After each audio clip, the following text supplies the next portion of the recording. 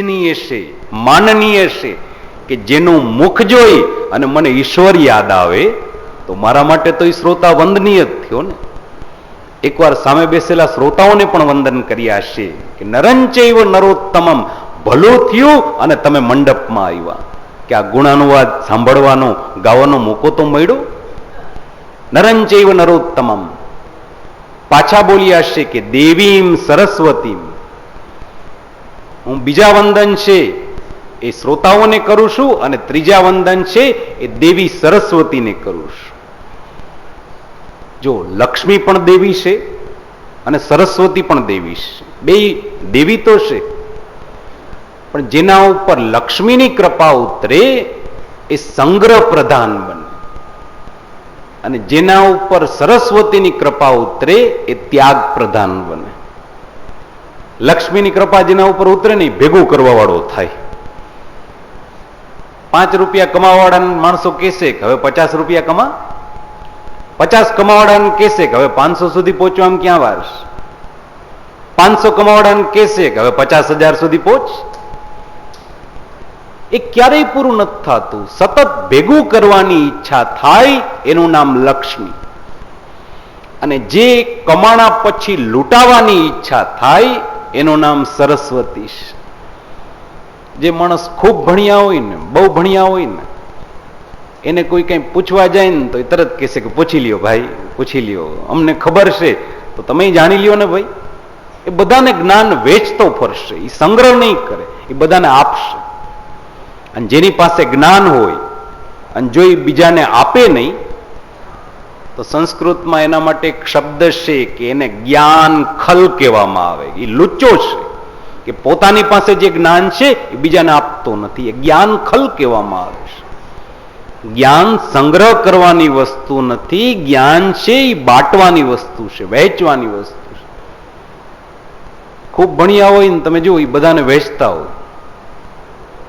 લક્ષ્મી ભેગા કરવા વાળા જે હોય ને, જેના ખિસ્સાનું પાકીટ ભરેલું હોય, એ કોઈને એમ કહેશે કે લઈ જાઓ ભાઈ, અમારું આખું પાકીટ ભરેલું છે, અડધું તમે ખાલી કરતા જાઓ. કોઈને એમ કહેશે કે અડધી તિજોરી લઈ જાઓ. પણ જો જ્ઞાન હશે તમે જરૂર કહેશો કે હા લાવો, હું તમને બધું દઈ દઉં. એ જ્ઞાન છે જેની ચોરી નથી થઈ શકતી એવી આ લક્ષ્મી છે, એવી સંપત્તિ છે કે આની કોઈ ચોરી ન કરી શકે. તમારી તિજોરીમાંથી રૂપિયા પૈસા લઈ શકે, તમારા જ્ઞાનની ચોરી ન થઈ શક્યો. એ વિનંતી સાથે હાથ જોડી અને એના પછી જ લઈ શકાય. ઉપનિષદ, ઉપ એટલે બેસવું અને નિષદ એટલે સન્મુખ બેસવું. જ્ઞાન પ્રાપ્ત કરવા માટે તો કે સન્મુખ બેસવું પડે, ગુરુદેવની કૃપા ઉતરે તો એ તમને મળી જઈશ, નહીતર પ્રાપ્ત ન થાય. તો એ સરસ્વતી માં ને પણ વંદન કર્યા છે કે હે ભગવતી માં, આ તમારી કૃપા દ્વારા હું જગતને ઉપદેશ દેવા જઈ રહ્યો છું. આપ મારી વાણીને એટલી લાયક બનાવજો, મારી જીભ રસનાને એટલી ધારદાર બનાવજો કે હું જગતને ઉપદેશ આપીશ. અને સરસ્વતીની કૃપા ન હોય તો માણસ બોલી ન શકે, ભણી શકે, બોલી ન શકે. જો બહુ જે ભણ્યા હોય ને, ખૂબ ભણ્યા હોય, એન્જિનિયર દરજ્જાના માણસો, એવા કોઈ પણ ભણેલા ગણેલા માણસને તમે આમ જરા માઇક ઉપર ઉભા રાખી દો અને પછી એને કયો જોઈએ કે હવે થોડીક વાર જરા બોલો, તો 2-5 મિનિટ બોલશે, પછી તરત નીચે ઉતરી જશે ને કે નહીં હો, હવે જાજુ બોલાતું નથી, હવે ગોટાળા થશે. બધા સામે જોવે છે ને તો હવે શબ્દો ચાલ્યા જાય છે, હવે નથી બોલાતું. ભણી લેવું સારું છે, ગોખી લેવું પણ સહેલું છે. પણ જે ભણ્યા છો, જે ગોખેલું છે એને વાણી દ્વારા પ્રગટ કરવું એ બહુ કઠિન હોય છે. અને જ્યાં સુધી ભગવતી સરસ્વતીની કૃપા ન ઉતરે ત્યાં સુધી તમે એ વાણી દ્વારા પ્રગટ નથી કરી શકતા. એટલે તો ભગવતી સરસ્વતીને વંદન કરવામાં આવ્યા છે કે માતા આપ મારી જીભ રસના ઉપર બિરાજજો, મારા મોઢામાંથી એક એવું કડવું વચન ન નીકળે કે જે મારા શ્રોતાઓને અપ્રિય લાગે. અને પછી સૂતજી મહારાજ 5મા વંદન છે એ વ્યાસજીને કરે છે કે તતો વ્યાસમ. વ્યાસજીને પણ વંદન કરવામાં આવ્યા છે. કેમ તો કે કથાકારની એક મર્યાદા હોય છે. કે જ્યાં સુધી વ્યાસપીઠ ઉપર આવી ન બેસે ત્યાં સુધી કથા ન વાંચીશ. સાંજના કથા પૂરી થઈ જાય ને અમે ઉતારે હોય, ખુરશી ઉપર બેઠા હોય ને ત્યાં આવીને તમે કહો કે હા શાસ્ત્રીજી હવે કથા વાંચો તો ત્યાં ન વાંચી શકાય. વ્યાસપીઠ એ માધ્યમ છે. એટલે તમે જો કોઈ પણ કથાકાર કથા વાંચવા માટે આવશે તો એ સીધો વ્યાસપીઠ ઉપર બેસી ન જાય. એકવાર તો એને પગે લાગશે, માથું ઝુકાવી અને વંદન કરશે અને મનોમન પ્રાર્થના કરશે કે હે વ્યાસ દાદા, આ તમારા પીઠ ઉપર બેસી અને જગતને ઉપદેશ દેવા જઈ રહ્યો છું. તમારા ખોડામાં બેસીને હું જગતને જ્ઞાન આપું છું, ઉપદેશ આપું છું. આપ મને એટલો લાયક બનાવજો, આપ મને એટલો સુયોગ્ય બનાવજો, આપ મારા ઉપર એટલી કૃપા કરજો કે હું જગતને ઉપદેશ આપીશ. મને આપની ખોળામાંથી નીચે પડવા ન દેતા, મને નીચે ગબડાવતા. અને તમે જુઓ ગામે ગામ કથા ચાલતી હોય, યજમાન બદલી જાય, વક્તા બદલી જાય, મંડપ બદલી જાય, પણ આ જગ્યા એમની એમ છે ને, એનું નામે એમને એમ. જો એને હંમેશા વ્યાસપીઠ જ કહેવાય. કથાકાર બદલે, યજમાન બદલે, આ જગ્યાનું નામ શું? વ્યાસપીઠ. એને સુખદેવ પીઠ ન કહેવાની, એને પરીક્ષિત પીઠ કે સૂત પીઠ નહીં. આ જગ્યાનું નામ શું? તો કે વ્યાસપીઠ. એ વ્યાસજીની પીઠ છે ભાઈ. જેમ કોઈ પોતરો દોડતો દોડતો પોતાના દાદાના ખોડામાં જઈને બેસી જાય, એ રીતે કથાકાર પણ ચાલીને આવી એ પીઠને વંદન કરી અને વ્યાસ દાદાના ખોડામાં બેસી જતો હોય છે. ત્યારે એ એટલો લાયક બને કે જગતને ઉપદેશ આપી શકે. એટલે તો સૂતજી મહારાજ વંદન કરે છે કે હે દાદા, આ તમારી પીઠ ઉપર તમારા ખોડામાં બેસી અને જગતને ઉપદેશ દેવા જઈ રહ્યો છું, મને આપ ગબડાવતા. અને પછી કહેવામાં આવ્યું છે સરસ્વતીમ વ્યાસમ અને તતો જય મુદી રહેત. પછી જય જયકાર કરી અને કથાનો પ્રારંભ કરવામાં આવે છે. એટલે તમે જો કથાનો આપણે પ્રારંભ કરીએ ત્યારે જય બોલાવીએ ને, ગોવર્ધન નાથ કી જય, ગિરિરાજધરણ કી જય. પછી કથા પૂરી થઈ તો જય બોલાવીએ ને, કૃષ્ણ કનૈયા લાલ કી જય. ઘણા માણસોને પ્રશ્ન થાય કે ભાઈ આટલી બધી જય બોલાવવાની શું જરૂર હતી? કથામાં અમારે કેવું પડે છે ને કે ભાઈ જય છે જરા જોરથી બોલો. શું કામ આટલો જય જયકાર કરવામાં આવે છે? કઈ સારું લાગે એના માટે? તો કે ના, જયકાર શું છે એ સમજો. જયકાર શું છે? જો અત્યારે તો હજી ચૈત્ર મહિનો હાલે છે, પછી વૈશાખ, જેઠ, અષાઢ, શ્રાવણ ભાદરવો આવે, સરસ મજાનો વર્ષ. ખેડૂતનો દીકરો એ બહુ રાજી થાય. જેમ વરસાદ વરસે ખેડૂતનો દીકરો રાજી થાય, પછી વાવણી કરે, બરાબર ખેતનું ધ્યાન રાખ્યા કરે, પછી તો એ પાકે ઉગવા લાગે, ધીમે ધીમે પાકે મોટો થવા લાગે, સમયસર વરસાદે વરસતો રહીએ, અને આમ પાક સુંદર મજાનો થઈ ગયો હોય, એ ઊભો પાક જોઈ અને ખેડૂતનો દીકરો બહુ રાજી થતો હોય. વાહ રે, કેવી મજાની મોલ ઊભી છે, જો તો ખરા, મોલાત બહુ મજાની છે, આમ રૂમ ઝુમ લહેરાતી હોય છે. પણ સાથે સાથે ખેડૂતના મનમાં ચિંતાય થાય ને કે મોલાત તો મજાની છે, પણ હારી જીવાત ખાઈ ના જાય તો હારી વાત છે. એટલે ટાણે ટાણે વચમાં પેલી દવા છાંટતો રહીએ કે જીવાત ના લાગવી જોઈએ, આમ ને આમ મજાની લહેરાવી જોઈએ.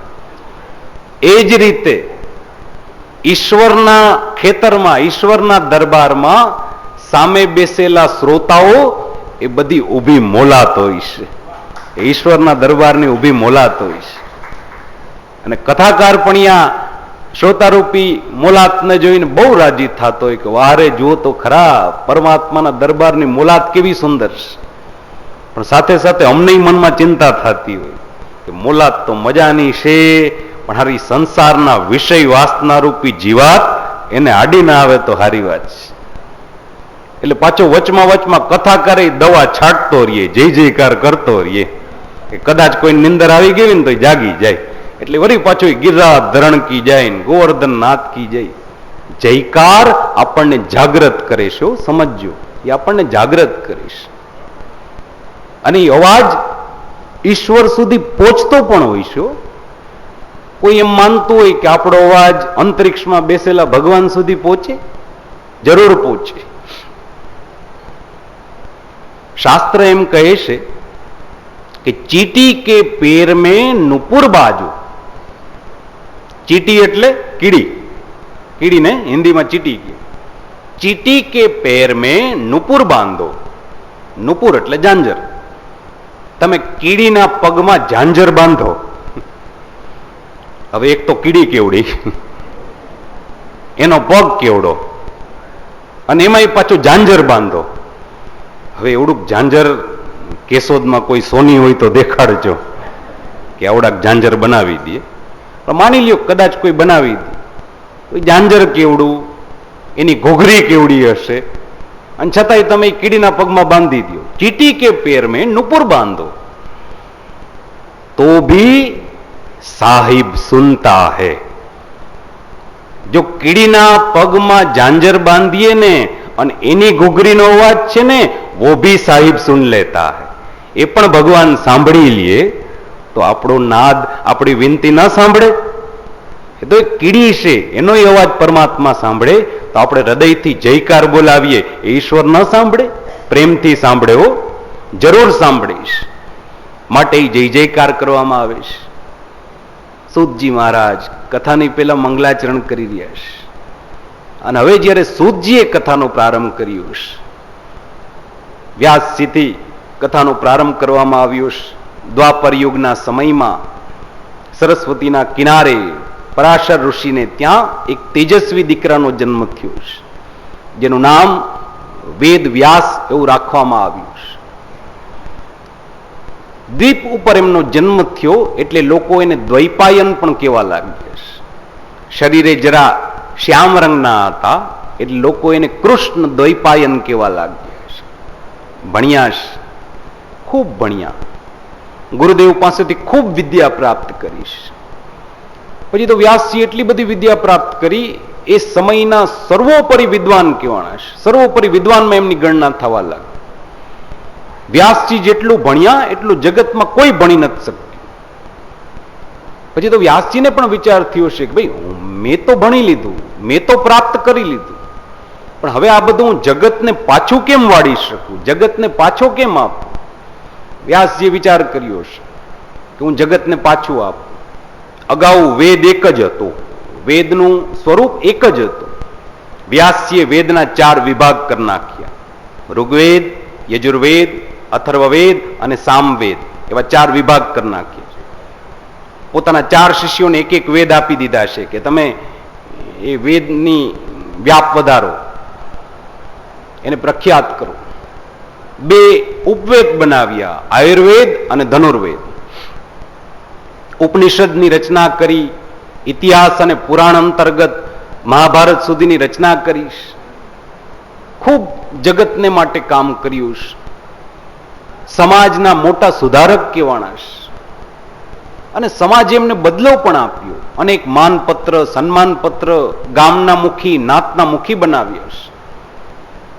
એક દિવસ વ્યાસ પોતાના શમ્યાપ્રાસ નામના આશ્રમમાં આ બધા માનપત્રને જોઈ રહ્યા છે. મનમાં વિચાર કરીશ, મેં મારા જીવનમાં ઘણું કર્યું છે, સમાજે મને બદલો પણ આપ્યો, ખૂબ માન મેળવ્યું, જ્ઞાન મેળવ્યું, સન્માન મેળવ્યું, આ બધું મેં જીવનમાં મેળવી લીધું, પણ આ બધું મેળવ્યા છતાં હજી મને આત્માનો સંતોષ કેમ નથી મળતો? હજી મારામાં કંઈક ખૂટે છે એવું કેમ મને લાગે છે? હજી મને સંતોષ નથી મળતો. તમે ગમે એટલા રૂપિયા પૈસા કમાઓ, ધન સંપત્તિ કમાઓ, માન સન્માન કમાઓ, મોટા માણસ થઈ જાઓ, સમાજ કે વાડી બંધાતી હોય એમાં દાન આપી દો, પેલા દીકરીઓને પરણાવો, સમૂહ લગ્ન કરાવો, બટુક ભોજન કરાવો, કંઈ કેટલું કરો, ખૂબ માણસ ધન સંપત્તિ કમાઈ 80-90 વર્ષના થાય, પણ ત્યાર પછી વ્યક્તિને વિચાર આવે છે. સમજો, દરેક વ્યક્તિના જીવનમાં આ વિચાર એકવાર તો જરૂર આવે કે મેં મારા જીવનના બધા કામ કરી લીધા, હજી મારામાં કાંઈક ખૂટે છે, હજી મને એ સંતોષ પ્રાપ્ત નથી થતો.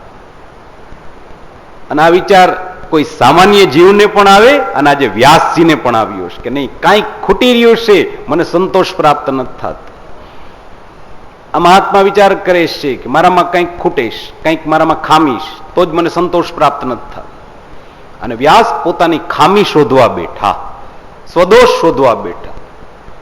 પણ આપણે ત્યાં એક કહેવત છે ને કે બીજાનો દોષ આપણને તરત દેખાઈ જાય, પણ પોતાનો દોષ આપણને ક્યારેય નથી દેખાતો ને.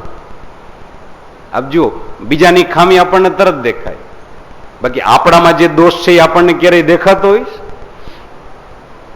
સામેવાળાના કપાળ ઉપર ડાઘ હશે ને તો આપણે તરત કહેશે કે તારા કપાળ ઉપર ડાઘ છે, જા સાફ કરી લે. આપણા કપાળ ઉપર ડાઘ હોય તો આપણને ખબર ન પડે, એ બીજા જ ખામી દેખાડીશ. પણ જે પાછા ખામી દેખાડે એની સાથે આપણે ઝઘડો થઈ જાય ને.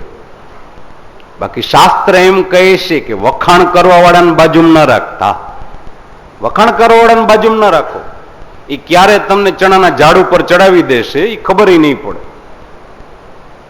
તમારે તમારો વિકાસ કરવો છે, જીવનમાં આગળ વધવું છે, તો નિંદા કરવા વાળાને બાજુમાં રાખજો, સતત બાજુમાં રાખો. કેમ તો કે સતત નિંદા કરતો રહેશે તો તમને ખબર પડશે કે હા, મારે હજી કેટલો સુધારો કરવાનો બાકી છે, મારામાં કેટલી ખામી ઉણપશે. તમને સતત ખબર પડતી રહેશે, તમે સતત આગળ વધતા રહેશો. નિંદક નિયરે રાખ્યું. આપણે સંપ્રદાયમાં કહેવાય છે કે નિંદા કરવાવાળાને તો પેલા વંદન કરવા, કે તારો બહુ મોટો પાડ ભાઈ, કે તે મને મારી ખામી તો દેખાડી તો મને ખબર પડી. વખાણ કરવા વાળાથી આગા ભાગી જવું, એની જરૂર નથી. આજ વ્યાસ પોતાની ખામી શોધવા બેઠા, પણ સ્વદોષ ન દેખાણો, પોતાની ખામી ન શોધી શકે. ખામી તો ન મળી, પણ ખામી દેખાડવા વાળા મળી ગયા છે. વ્યાસજીના આશ્રમમાં નારદજીની પધરામણી થઈ ગઈ છે. નારાયણ નારાયણ કહેતા, હાથમાં વીણા વગાડતા વગાડતા જ્યારે નારદજી વ્યાસજીના આશ્રમમાં આવ્યા છે, બે ભગવદીય જીવ, બે વૈષ્ણવ જ્યારે સામસામે ભેગા થયા છે. આપણે ત્યાં એક રીત છે ને કે બે વૈષ્ણવ ઓળખીતા ભેગા થાય એટલે એકબીજાને જય શ્રી કૃષ્ણ કરે. આપણે ત્યાં એક રીત છે, જય શ્રી કૃષ્ણ. હવે જમાનો ધીમે ધીમે બદલાતો જાય છે ને. હવે આપણી પાસે ટાઈમે નથી હોતો. ઘરની બહાર નીકળીએ અને પાડોશી આપને એમ કે ફલાણા ભાઈ જય શ્રી કૃષ્ણ, તો ઘણી વાર તો આપણે એટલા ઉતાવળમાં હોય કે જય શ્રી કૃષ્ણ જવાબ દેવાનો ટાઈમ નથી હોતો. કોઈ આપણને બોલાવે ને ફલાણા ભાઈ જય શ્રી કૃષ્ણ, તો આપણે ખાલી કાંતિભાઈ એમાં બધું આવી ગયું, એ સમજી લેવાનું કે જય શ્રી કૃષ્ણ બોલ્યા જી. આપણે જય શ્રી કૃષ્ણ બોલવાનો સમય નથી મળતો. વિચારો તો ખરા. અને સમજજો કે કોઈ તમને જય શ્રી કૃષ્ણ કહે અને તમે જો સામે જવાબ જય શ્રી કૃષ્ણમાં ના આપો તો તમને દોષ લાગે. ઘરે પાછા આવી અને તમારે 108 અષ્ટાક્ષરની માળા કરવી પડે, ત્યારે તમે દોષમાંથી નિવૃત્ત થાવ.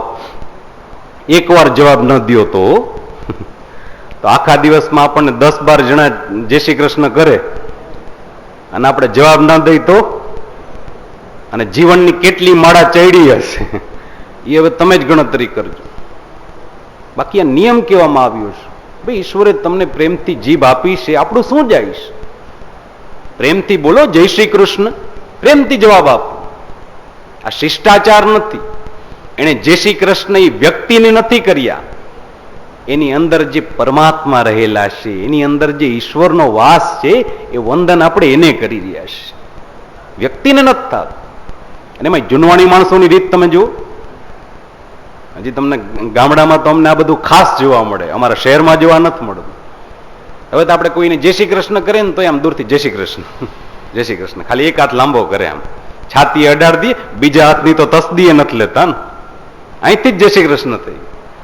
બાકી જૂનવાણી માણસોમાં એ રીત જોવા મળે કે જય શ્રી કૃષ્ણ કરે એટલે એકબીજાની બાજુમાં જઈ એકબીજાને આંગળાનો સ્પર્શ કરાવે. આ સૌથી ઉત્તમમાં ઉત્તમ વંદન કહેવામાં આવ્યા છો, ઉત્તમ વંદન. એ સ્પર્શ શું કામ કરાવીએ?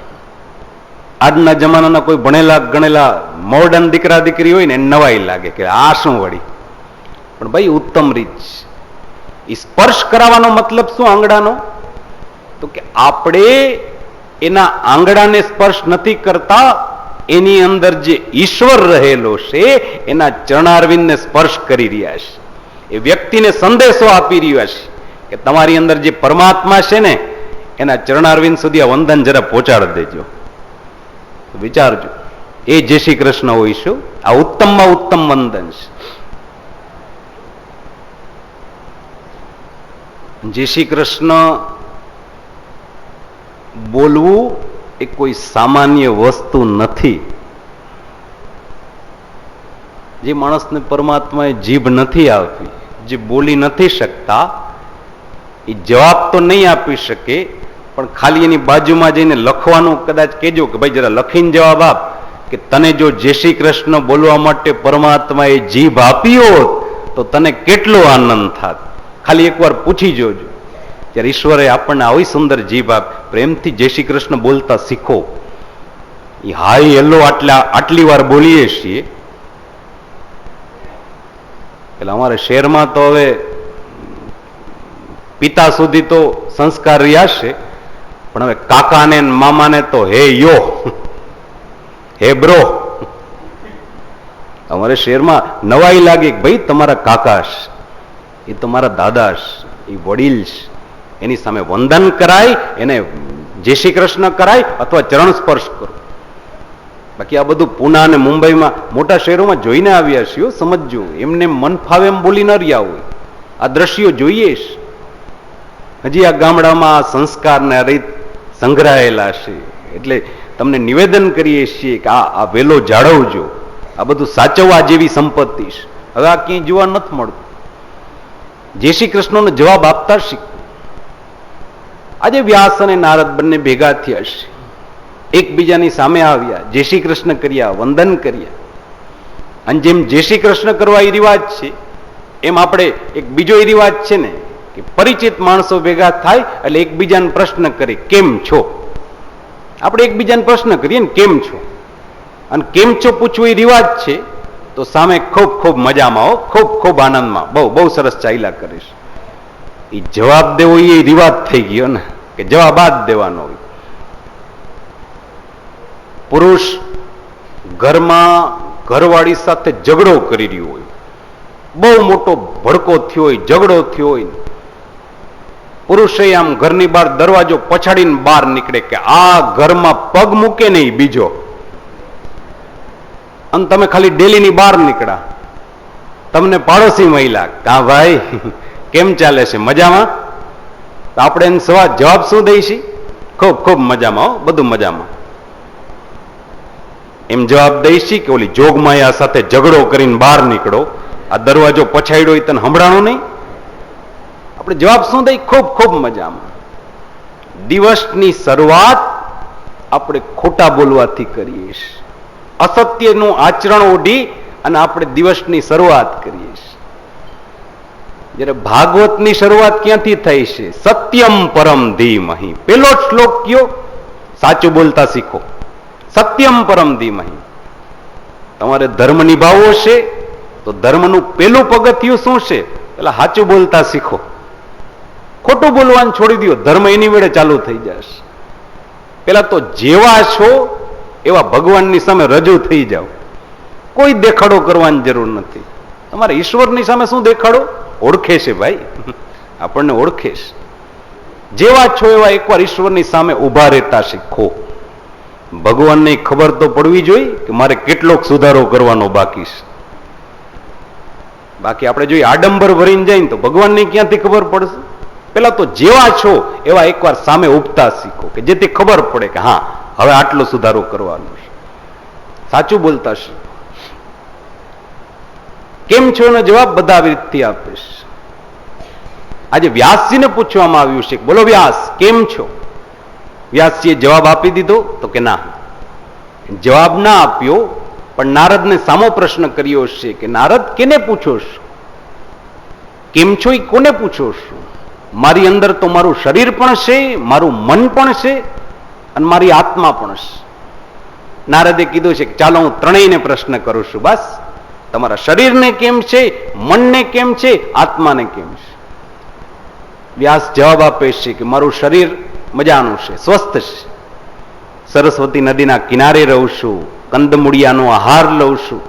અરે પેટમાં એવા કોઈ પદાર્થ જ પધરાવતો નથી કે જેનાથી માંદો પડું. સરસ્વતીનું ખોબો એક જલ પી લઉં છું. શરીર મારું ખૂબ સ્વસ્થ છે.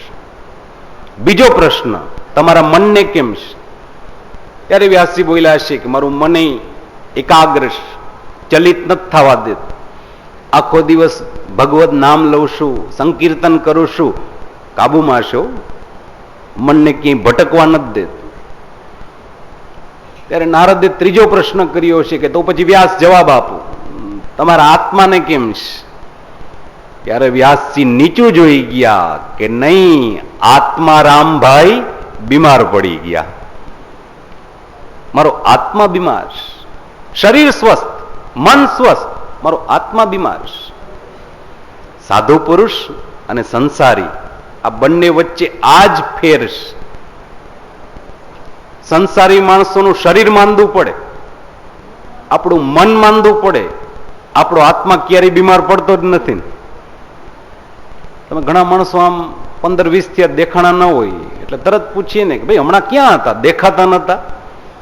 એટલે કહેશે ને કે હમણાં જરા તાવ આવ્યો હતો, હમણાં જરા શરદી થઈ ગઈ હતી, હમણાં જરા ફલાણું થઈ ગયું હતું એટલે નતા આવતું. આપણું શરીર માંદું પડે, બહુમાં બહુ આપણે મન સુધી પહોંચ્યા, હમણાં જરા આપણું મન ક્યાંય લાગતું નથી, મન ક્યાંય ચોટતું નથી, મન ઠેકાણે નહીં. આત્મા સુધી આપણે ક્યારેય પહોંચ્યા? આત્માની કોઈ વાત કરે છે કે હમણાં અમારો આત્મા છે એ માંદો છે, આત્મા ક્યાંય ચોટતો નથી, આત્મા ક્યાંય ઠેકાણે, એવી કોઈ વાત કરે છે? અરે આત્માનું નામે નથી લેતા. અને સમજો, સંસારી વ્યક્તિનું શરીર જ માંદું પડે છે, મન માંદું પડે, આપણો આત્મા ક્યારેય બીમાર જ નથી પડતો, આત્મા ક્યારેય ગરડો નથી થતો. એ તો સદૈવ યુવાન, આત્મા થનગનાટ કરતો હોય છે. શરીર માંદું પડી જાય, 80 વર્ષ, 85 વર્ષ, 90 વર્ષના ગરડા થઈ ગયા હોય. 90 વર્ષના કોઈ ગરડા માજી હોય, 2 જણા પકડીને એને ઊભા કરે ત્યારે તો એ ઊભા થઈ શકતા હોય.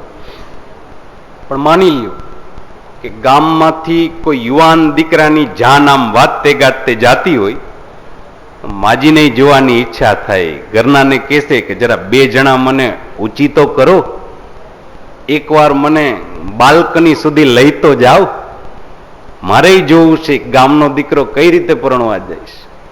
એને જોવાની ઈચ્છા થાય. આપણને નવાઈ લાગે, કરે મારી જીવનમાં આવા કેટલા જાન જોઈએ હશે, પણ હજી જોવાની ઈચ્છા છે તો કહેશે કે હા, મારા ગામનો જુવાનીઓ જઈ રહ્યો છે. ઘણા એવા બેન દીકરી હોય કે યુવાનીમાં પેલી સોપારી મગફળીના બી ખાવાની આદત હોય ને, પછી ધીમે ધીમે અવસ્થા થતી જાય, મોઢામાંથી દાંત પડવા લાગે. પછી ઘણા એવા હોય કે પેલા જ્યુસરમાં ભૂકો કરે, એ ખાંડીને એક ડબરીમાં ભરી રાખે. કેમ? તો કે મોઢામાં દાંત નથી ને, આદત તો નથી ગઈ. તો વિચાર કરો કે શરીર લાચાર છે, મન લાચાર છે, આત્મા તો આપણો સદૈવ યુવાન જ છે ને, આત્મા સદૈવ યુવાન છે. ત્યારે સાધુનું શરીર ક્યારેય માંદું ન પડે, એનું મન ક્યારેય માંદું ન પડે, એનો આત્મા બીમાર થાય છે. આજ વ્યાસજીએ કીધું છે કે મારો આત્મા બીમાર છે. નારદજીએ પૂછ્યું છે કે તો પછી બીમારીનું કારણ શોધો, કે બીમાર શું કામ થયા? શરદી થઈ ગઈ છે. એ શું કામ થઈ? તો કે ભાઈ 2 દિવસ પહેલા વરસાદમાં પલળ્યા હતા, પાછા 2 દિવસ ત્યાં ખાટી છાશે પી રહ્યા છે, પાછા ગઈકાલે રાત્રે મહેમાન ઘરે આવ્યા, એમાં પાછું આઈસ્ક્રીમ ખવાઈ ગયો, બધું ભેગું થયું એટલે શરદી થઈ ગઈ. તો ખબર તો પડી કે માંદા કઈ રીતે પડ્યા. એમ ચાલો, આત્મા બીમાર છે તો કાર્ય કારણ શોધો. શું કામ બીમાર છો? બીમારીનું કારણ શું? ત્યારે વ્યાસજીએ કીધું છે કે મને આત્માનો સંતોષ પ્રાપ્ત નથી થતો. બીમારી ખબર પડી ગઈ, પણ કઈ રીતે એ ખબર ન. મારામાં ખામી છે, પણ એ ખામી હું શોધી નથી શકતો. ત્યારે નારદે એટલું કીધું છે કે વ્યાસ, વાંધો ન હોય તો હું તમને તમારી ખામી દેખાડું. વ્યાસજી હાથ જોડી દીધા છે, કરે મહારાજ તમારો બહુ મોટો પાડ, જો તમે મને મારી ખામી દેખાડો. ત્યારે નારદ એટલું બોલ્યા હશે કે તો પછી વ્યાસ સાંભળી લ્યો, તમારામાં કોઈ ખામી નથી હો, તમે સાક્ષાત ભગવાનનું સ્વરૂપ છો, પરમાત્માના 24 અવતારમાંથી એક છો. તમને ભગવાન વેદવ્યાસ કહેવામાં આવે છે. ખામી ન હોઈ શકે, પણ હા એક ઉણપ જરૂર છે. તમે જેમ બોલી રહ્યા હતા ને કે તમે જગતને માટે ઘણું કર્યું. વેદના 4 વિભાગ કોના માટે? જગતને માટે. મહાભારત અને ભગવદ્ ગીતા સુધીના ઇતિહાસ કોના માટે? જગતને માટે. વિદ્યા પ્રાપ્ત કરી કોના માટે? જગતને માટે. જગત જગત જગતને માટે બધું કરતા ગયા, પણ એ જગતના જગદીશ્વર માટે કોઈ દિવસ કંઈ કર્યું? અરે વ્યાસ, ક્યારેક પરમાત્માનો તો વિચાર કરી જુઓ, ક્યારેક ઈશ્વરની લીલા તો લખી જુઓ.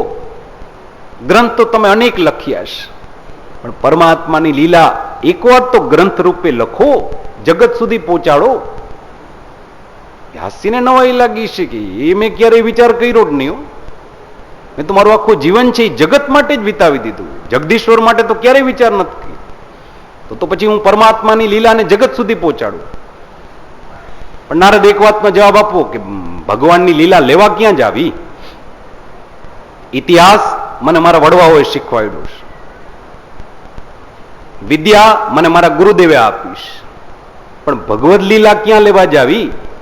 ત્યારે નારદે કીધું છે કે ભગવાન લીલા એ કોઈની પાસે લેવા ન જવી પડે, એ તો ગુરુની કૃપા ઉતરે તો જ તમને પ્રાપ્ત થાય, નહીતર ભગવદ લીલા પ્રાપ્ત ન થાય, એ કૃપા વગર પ્રાપ્ત ન થાય. વળી વ્યાસે પ્રશ્ન કર્યો છે કે તો પછી કૃપા કેમ પ્રાપ્ત થાય? એ પણ કહો કે કૃપા કેમ પ્રાપ્ત થાય? ત્યારે નારદજીએ કીધું છે કે એના ઉપર કોઈનો ઇજારો નથી હો, કે મોટો માણસ હોય તો કૃપા એના ઉપર જ ઉતરે ને ગરીબ ઉપર ન ઉતરે, અથવા તો જ્ઞાની ઉપર ઉતરે, અભણ ઉપર ન ઉતરે. નહીં, કૃપાશ.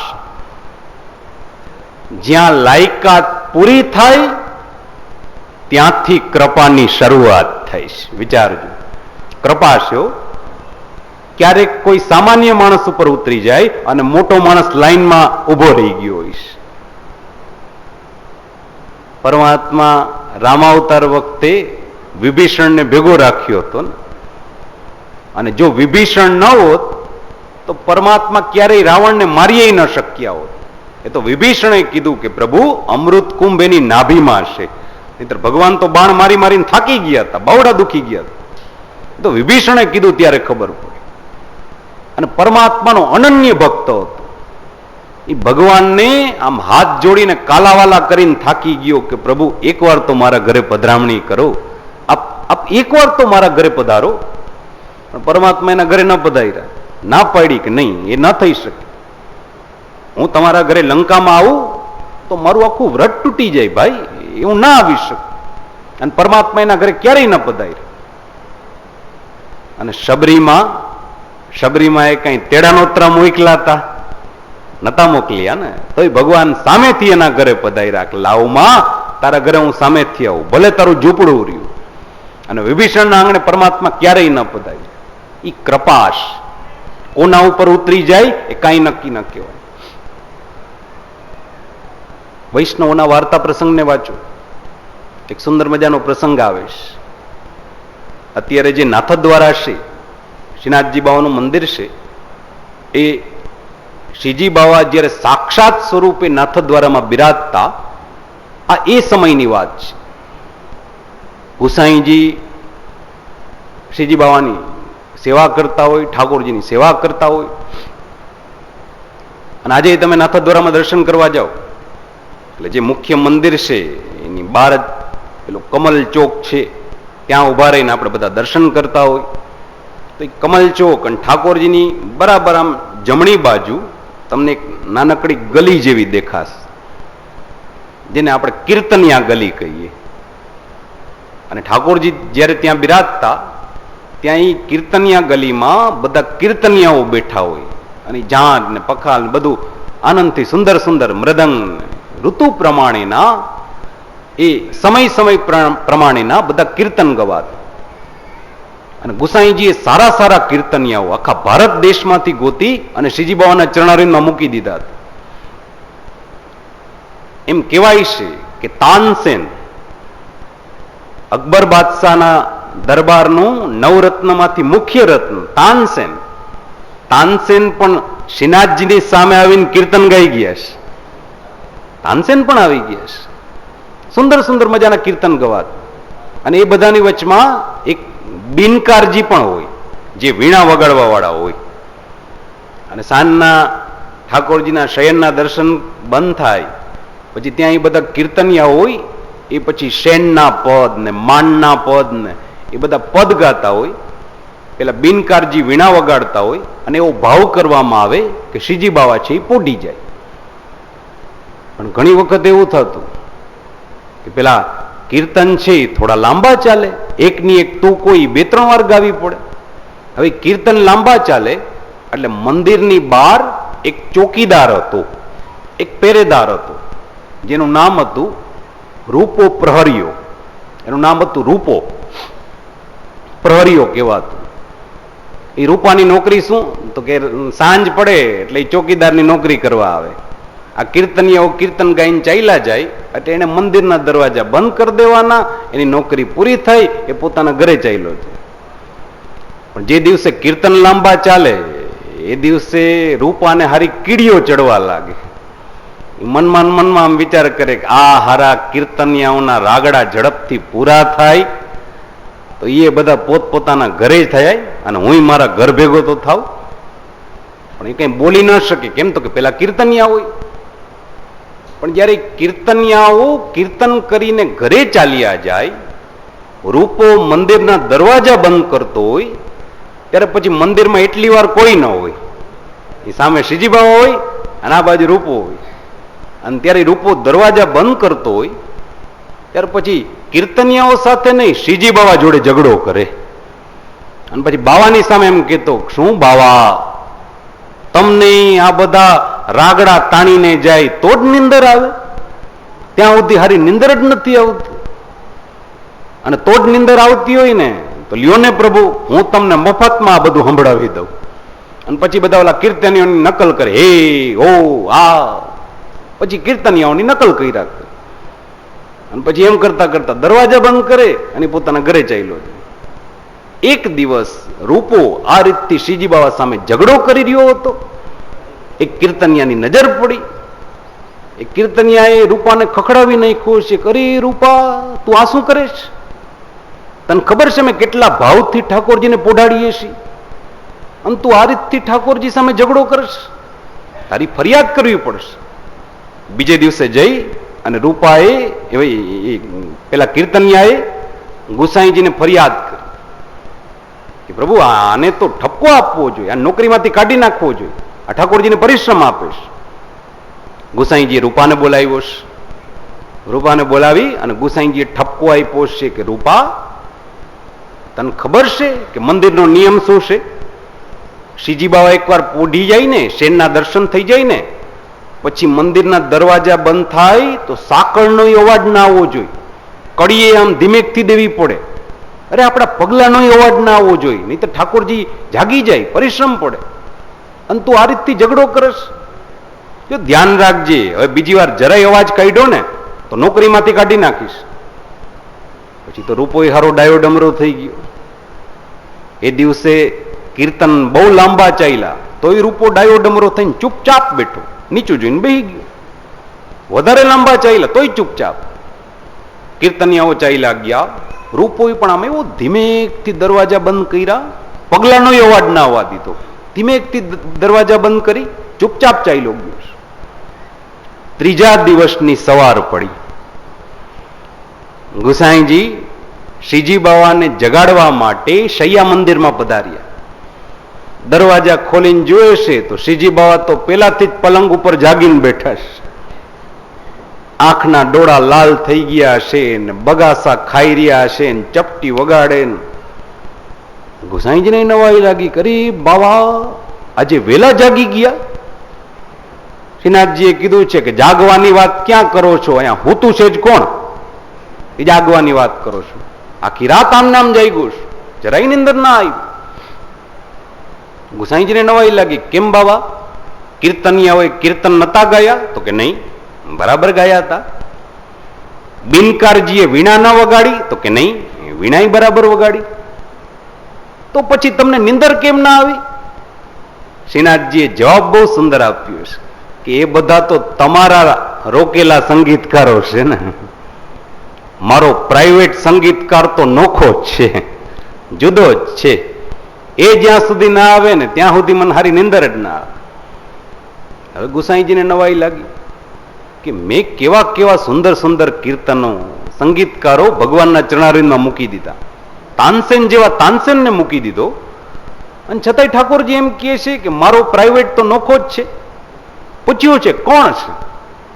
શ્રીનાથજીએ કીધું છે કે બીજું કોઈ નહીં, આપણો રૂપો.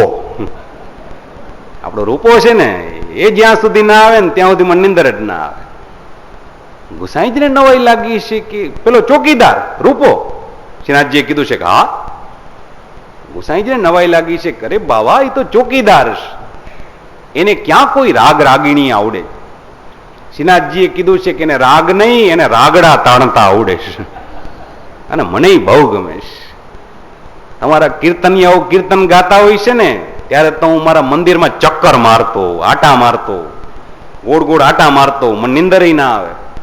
પણ એ જેવા ઘરે જાય, રૂપો આવીને જેવો ઝઘડો ચાલુ કરે અને મન બગાસા આવવા લાગે, પછી મને નિંદર આવવા લાગે, પછી હું તરત સુઈ જાઉં. ગઈકાલે એને જરાય ઝઘડો ન કર્યો, મોઢામાંથી એક અવાજ નથી કાઢ્યો, આખી રાત એમને એમ છે. આ પ્રમાણ છે. પછી તો ગુસાઈજીએ પાછા રૂપાને બોલાવ્યો છે. રૂપાને મનમાં ફાડ પડી કે હારું કોઈ બરાબરનું મારી પછવાડે પડી ગયું છે. આ વખતે તો મેં કોઈ ઝઘડો નથી કર્યો, આ વખતે શું કામ બોલાવે છે? છતાંય ગયો છે. ગુસાઈજીની આસપાસ થોડા ઘણા વૈષ્ણવ બેઠા હતા. રૂપો આવ્યો એટલે ગુસાઈજી આમ આંગળી દેખાડી છે કે ત્યાં ખૂણામાં બેસી જા, આ બધા જાશે ને પછી તારી યારે વાત કરવીશ. એટલે રૂપાને બીક લાગી કે આજ તો બરાબરનો વારો કાઢવાના છે, બધાને મોકલી દેશે ને છેલ્લે મારો વારો નીકળવાનો છે. બધા ઉભા થઈને ચાલ્યા ગયા. ગુસાઈજી રૂપાની પાસે આવ્યા. રૂપાની આમ બીક લાગતી, પણ ગુસાઈજીએ બાજુમાં આવી અને પોતાનો જે ઉપરણો હતો એ ઉપરણો કાઢી અને આમ રૂપાને પહેરાવી દીધો. એના ખભા ઉપર કેસરી એકલાઈ મૂકી દીધી. ગુસાઈજીએ જે સોનાના કંકણ પહેર્યા હતા એ કડા હાથમાંથી કાઢી અને રૂપાને પહેરાવી દીધા. પેલો રૂપો જોતો રહી ગયો, એના ખભા આમ ઝૂકી ગયા, આંખમાં આમ આંસુ આવી ગયા છે. આ શું કરી રહ્યા છે? હું એક ચોકીદાર છું, નોકર છું, આટલું બધું માન શું કામ આપું છું? પણ ગુસાઈજીએ બહુ સુંદર જવાબ આપ્યો છે કે અરે ઈશ્વરે તારો સ્વીકાર કરી લીધો, હવે તને રોકવા વાળા અમે કોણ છે? જ્યાં પરમાત્માએ તને સ્વીકારી લીધો, હવે તને અમે શું કામ રોકીએ ભાઈ? તારે જેટલો ઝઘડો કરવો હોય ને તને બધી છૂટ, જા. અરે જેટલો રાડારાડી કરવી હોય તને બધી છૂટ, પણ ધ્યાન એટલું રાખજે કે પેલા કીર્તનિયા ચાલ્યા જાય ને પછી ઝઘડો કરજે, ત્યાં સુધી ન કરતો. કેમ તો કે મારે એને પણ સાચવવા છે, મારે તમને પણ સાચવવા છે. તો એ કૃપા થઈ ને. કૃપા કેને કહેવાય? ગમે એના ઉપર ઉતરીશું. ઉપનિષદ તો ત્યાં સુધી કહે છે કે નાયમાત્મા પ્રવચેન લભ્ય ન જ્ઞાનેન ન મેધયા. તમે ગમે એટલું જ્ઞાન પ્રાપ્ત કરો, ગમે એટલી બુદ્ધિ આવે, ગમે એટલી સંપત્તિ કમાવો, કૃપા ન થાય. કૃપા કોના ઉપર થાય? તો કે એ તો જેના ઉપર ઉતરવાની હોય ને એના ઉપર ઉતરી જાય, એના ઉપર કોઈનો ઇજારો નહીં. અરે વ્યાસ, કૃપાની તમે વાત કરો છો, બીજા બધાની વાત છોડો, હું તમને મારી વાત કરું. આ જન્મમાં તો હું દેવર્ષિ નારદ છું, બ્રહ્મર્ષિ નારદ છું. ગયા જન્મમાં હું એક દાસીનો દીકરો હતો. મારી માં છે પારકા ઘરના ઠામ વાસણો ઉટકવા જા. મને ભીલના બાળકોનો સંગ થયો. એ બાળકો સાથે હું જંગલમાં રમવા જાતો, જંગલમાં ઋષિમુનિઓના સંપર્કમાં આવ્યો. એ ઋષિમુનિઓએ મને સુંદર મજાનું ભગવત નામ લેતા શીખવાડ્યું છે. નમો ભગવતે તુભ્યમ વાસુદેવાય ધીમહિ પ્રદ્યુમ્નાય અનિરુદ્ધાય નમઃ સંકર્ષણાય છે. એ પરમાત્માનું સતત નામ સંકીર્તન રટણું કરતો ગયો અને બીજા જન્મમાં હું આજે દેવર્ષિ નારદ બન્યો છું, હું બ્રહ્મર્ષિ બન્યો, હું બ્રહ્માજીનો માનસ પુત્ર બન્યો. તો મારામાં એવી કઈ લાયકાત હતી? હું તો એક દાસીનો દીકરો હતો. પણ એ ઋષિમુનિઓ એ બ્રાહ્મણોના સંપર્કમાં આવ્યો, એ બ્રાહ્મણોની એઠી પાતળ ખાવાનો મોકો મળ્યો. અને મહાપ્રસાદ જેવો પેટમાં ગયો, મારી પાત્રતા બદલાઈ ગઈ, મારી લાયકાત બદલાઈ ગઈ, અને આજે હું બ્રહ્મર્ષિ નારદ છું. મારા હાથમાં જે આ વીણા છે ને, આ કોઈ વાજિંત્ર નથી.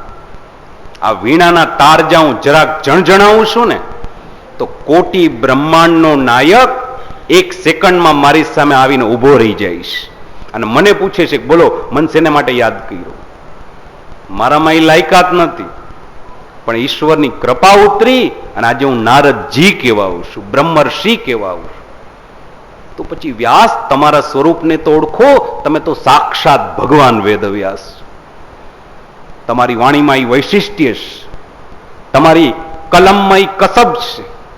એકવાર તમારા કલમથી શ્રીમદ ભાગવત ગ્રંથ રચી તો જુઓ, ભગવાનની લીલા જગત સુધી પહોંચાડી તો શકો, અને પછી જોજો કે હૃદયમાં કેટલો સંતોષ પ્રાપ્ત થાય છે.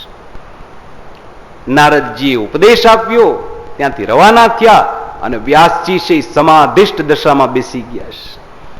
પણ સાથે સાથે મનમાં વિચાર કરે છે કે હું સમાધિ ભાષામાં પરમાત્માની લીલાના દર્શન કરતો હોઈશ, અને એ દર્શન કરી અને પછી એને હું લખવા બેસીશ. હું તો ઘરડો છું, કદાચ એકાદ લીલા ભૂલાઈ ગઈ તો જગત એ લીલાથી હંમેશ માટે વંચિત રહી જશે. એટલે મને જો કોઈ સરસ મજાનો લેખક મળી જાય, મને જો કોઈ સરસ મજાનો લેહિયો મળી જાય, તો આ ગ્રંથ સમયસર પૂરો થાય.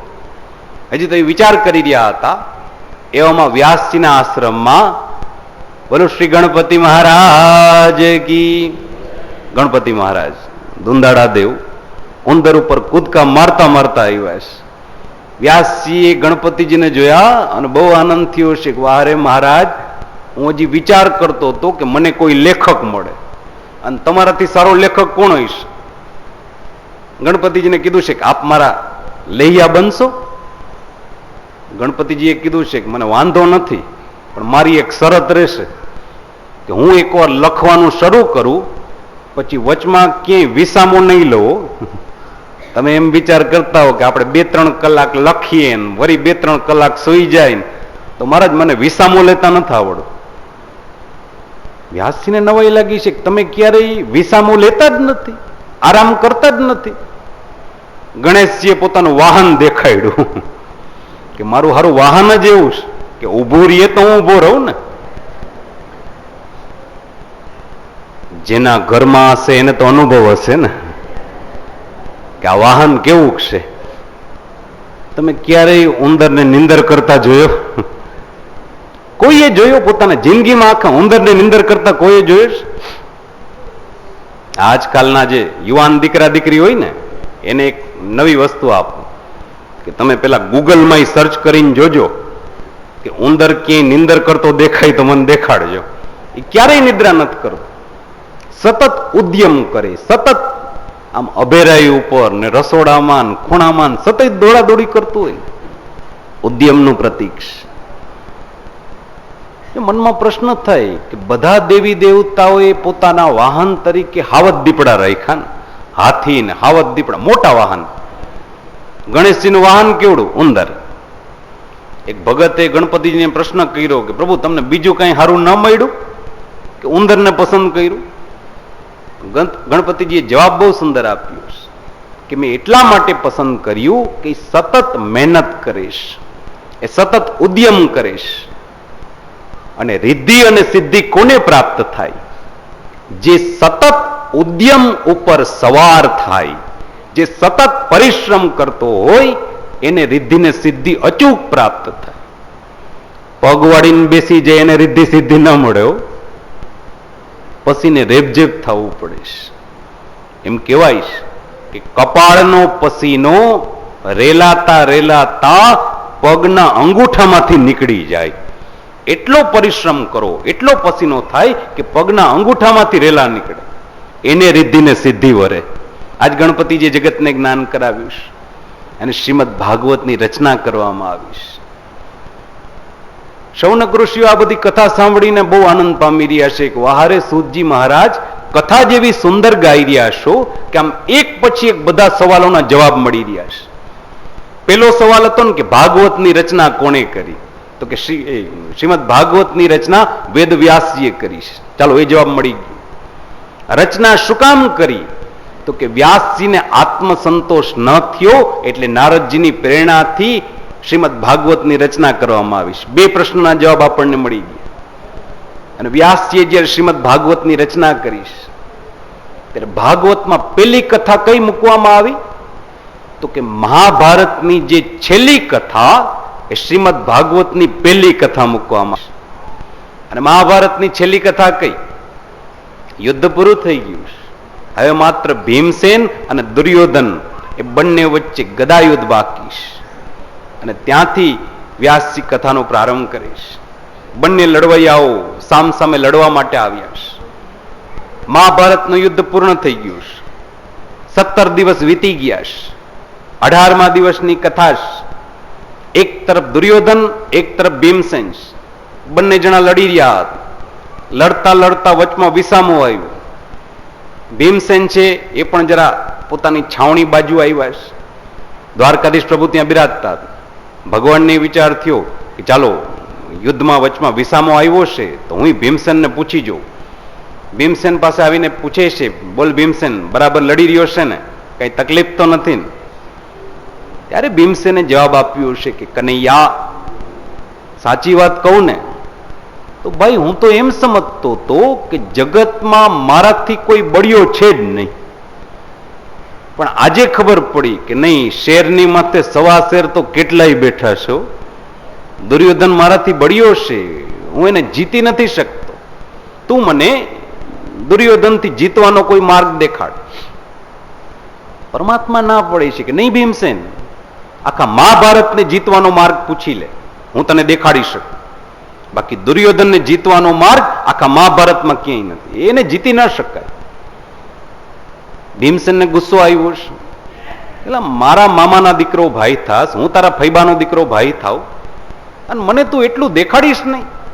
ભગવાન ના પડે છે કે ન દેખાડી શકે. દુર્યોધન મારા મોટા ભાઈનો શિષ્ય છે, બળરામજીનો શિષ્ય છે. તમારા ભાઈઓ વચ્ચે ઝઘડા ચાલે છે, અમારા ભાઈઓ વચ્ચે તો ઝઘડા નથી ને.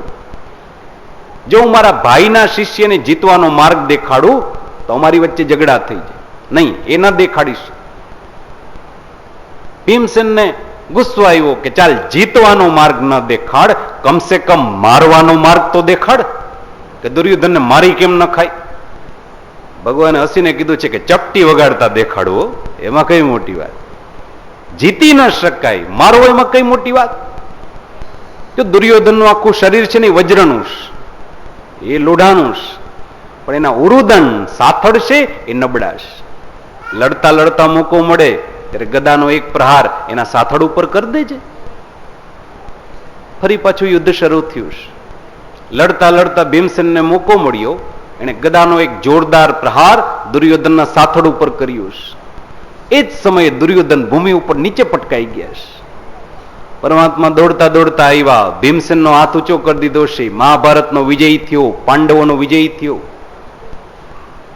સમાજના માણસો આ યુદ્ધ જોવા માટે ત્યાં હાજર હતા.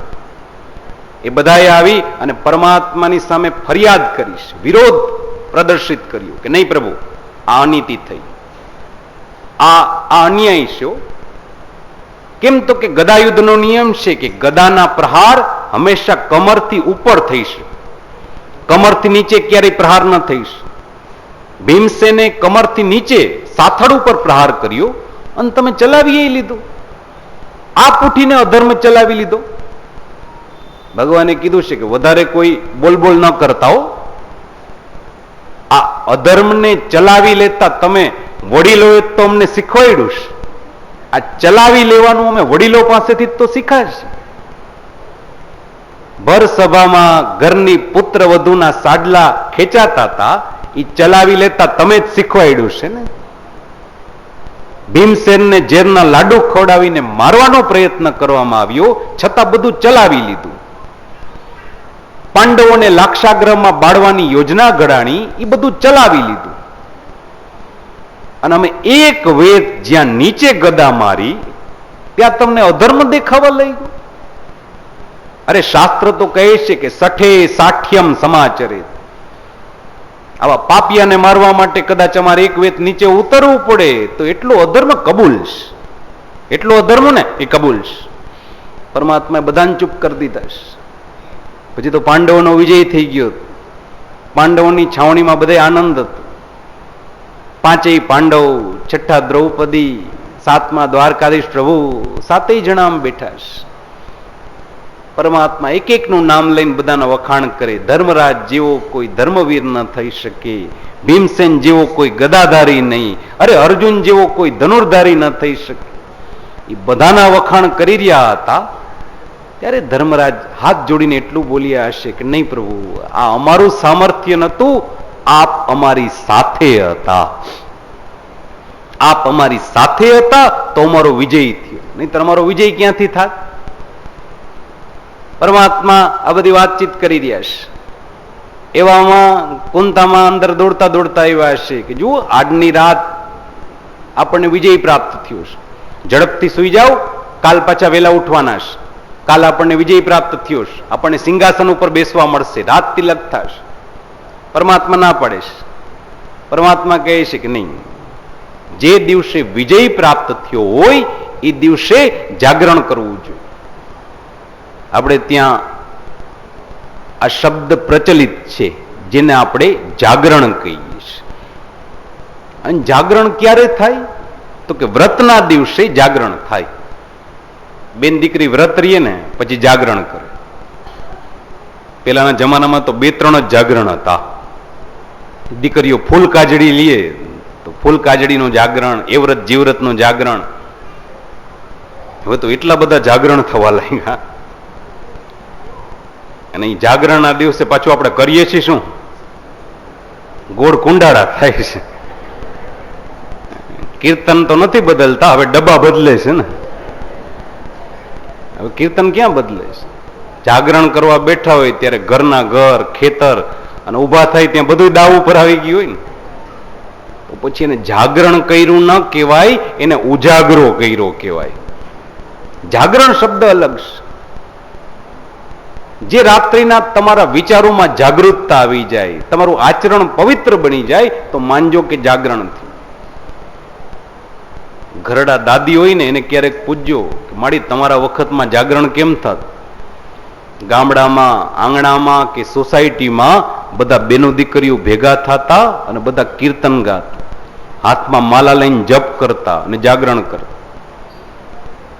બાકી આખું રાત આપણે પેલા ગંજી પાના આમ ટીચતા જાય અને પાછા સવારે એમ કહે કે અમે જાગરણ કર્યું. અથવા તો પેલી સિનેમાની 2 કેસેટ લઈ આવીએ અને વિડીયો જોઈ લઈ અને 2 ફિલ્મ જોઈ લીધા અને જાગરણ થઈ ગયું. એને જાગરણ કહેવાય? પરાણે જાયગા એને ઉજાગરો કર્યો કહેવાય. જ્યારે વ્રત કર્યું હોય, જ્યારે વિજય પ્રાપ્ત થયો હોય ત્યારે જાગરણ આવે.